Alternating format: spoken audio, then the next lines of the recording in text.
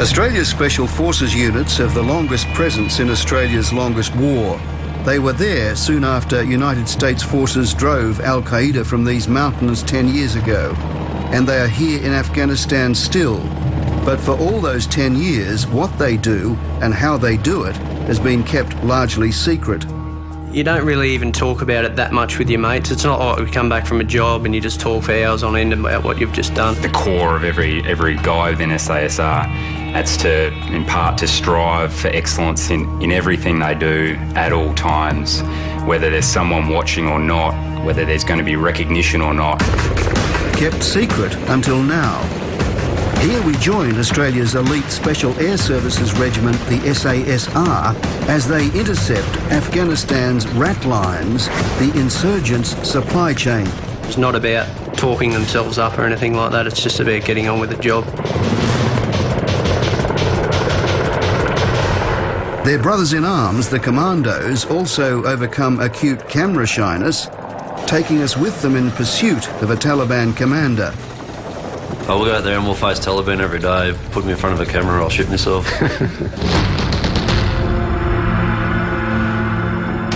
On the way here, plans changed. They heard on the radio that the Taliban commander was confirmed to be here in this motorcycle shop, so plans changed and the combat forces rushed this location. They're now searching a whole range of local fighting-age males.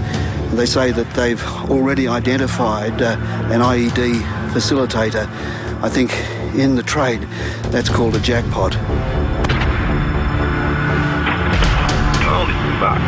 Don't get off the path. Complementing the Commandos and the SASR is the Incident Response Regiment, the combat engineers out in front who uncover the weapons caches, booby traps and hidden mines. I've had that twice where I honestly thought to myself, is that next step the step worth taking? The different force elements merge to make up Rotation 16 of Australia's Special Operations Task Group, a truly unique band known throughout Afghanistan as Task Force 66. Rear protection, let's go, facing that way. At the end of the day, we're just everyday people. We come to work, we do our work, and then we go home to our families. It's not like the movies. We do a job and we just get on with the job. The Special Forces soldiers that I've come across tend to be genuinely very humble because they know what it's like to risk your life and to take life. Go, Jesus, well! We get hit from here too. Who's shooting? Gotta take a shit, I ain't gonna shit. Don't.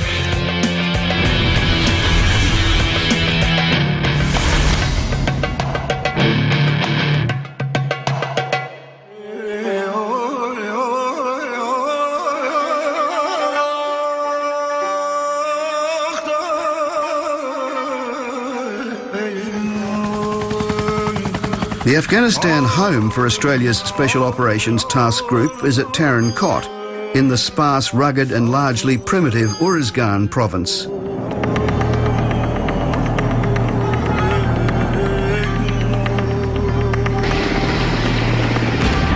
The multinational base is a sprawling industrial estate devoted to war fighting. Special Forces is secreted in a fortress within a fortress at Camp Russell, named in honour of Sergeant Andrew Russell, the first Australian soldier killed in Afghanistan. Because we're dealing with special operations, it is a special opportunity. For the first time, they're letting a reporter and cameras inside this gate.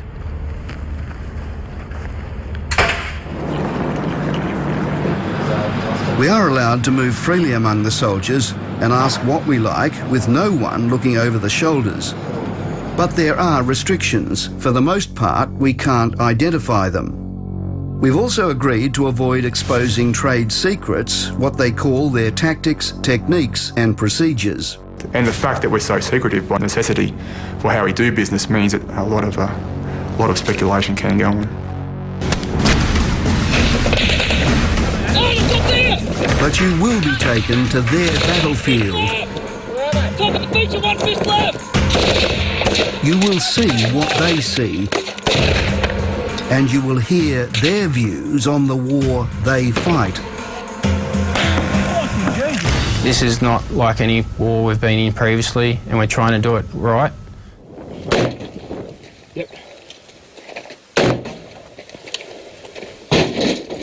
Some of the soldiers we join are veterans of multiple rotations. This commando won a Medal of Gallantry for an action that saw the death of a comrade, Luke Worsley, in November 2007.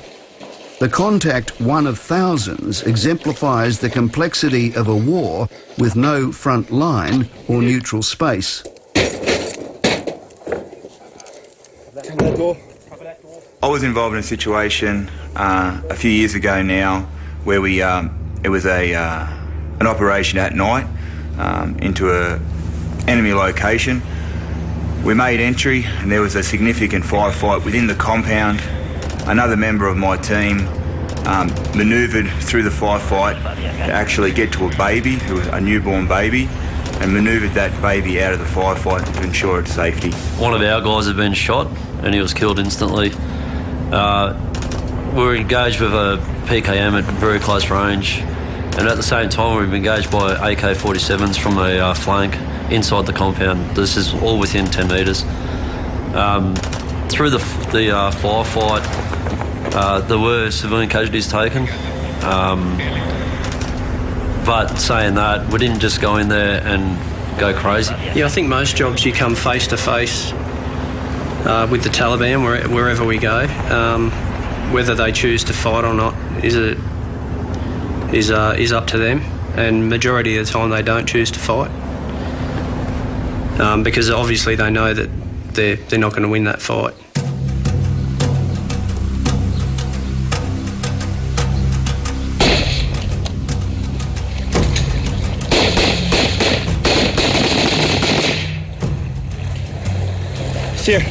Sierra 5-1, this is Tango 4-1. We just engaged two enemy in the alleyway.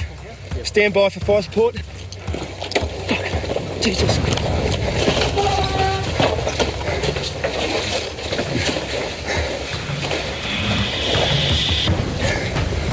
Let's go, let's go.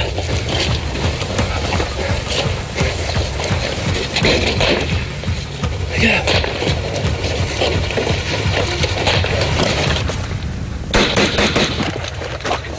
In 10 years of operations, Special Forces has accumulated 40 bravery medals, including 2 Victoria Crosses.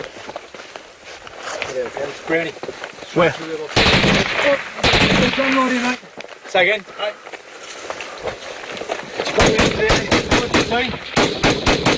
Mate, we've got contact to our right and contact to our left. Fucking hell. Easy.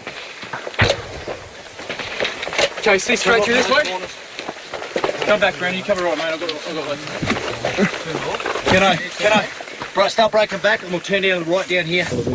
In 2007, this young corporal scaled a mountain to enter the lion's den, in this case a cave of a Taliban commander.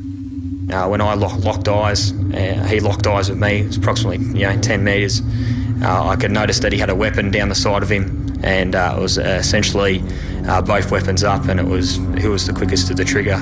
This soldier is one of many to return to battle bearing the scars of previous combat. Our lead scout was shot, and I also received rounds hit my personal weapon, and then fragments went through my face, through my ear. There was a lot of blood. Obviously, your head injuries bleed a lot more than anywhere else on the body.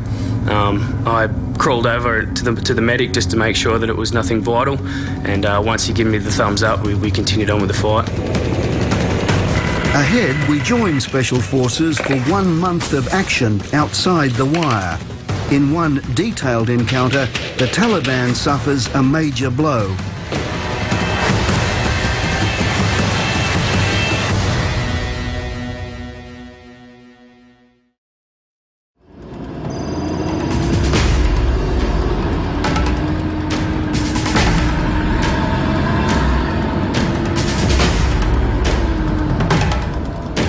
They leave after midnight. The commandos merge with a local police unit. All missions are now conducted in partnership with Afghan National Security Forces. The Taliban has caused a lot more injuries and deaths and destruction to them than they have the coalition forces. So yeah, they have a revenge in their back of the head. You know, some of these guys have lost their families, brothers, sisters to the Taliban, so they want to fight them, they want to kill them. The target is 2 COIs, or compounds of interest. One a suspected bomb maker, the other a known Taliban bed-down location. Local Taliban might have heard the vehicles moving, but they will not know who is being targeted. At 3:40 a.m, the convoy falls silent and the mixed patrol sets off, Afghans in the lead. An 11 kilometres journey to West Darafshan has taken 3 hours. The roundabout approach is to avoid the setting of patterns that invite the laying of roadside bombs. It is the job of the engineers from the Incident Response Regiment to counter the Taliban's terror weapon of choice. Using a simple container filled with homemade explosives and improvised shrapnel, a lethal bomb is constructed at the cost of a few dollars. The battlefield's changed significantly. I believe the threat has become far more complex. The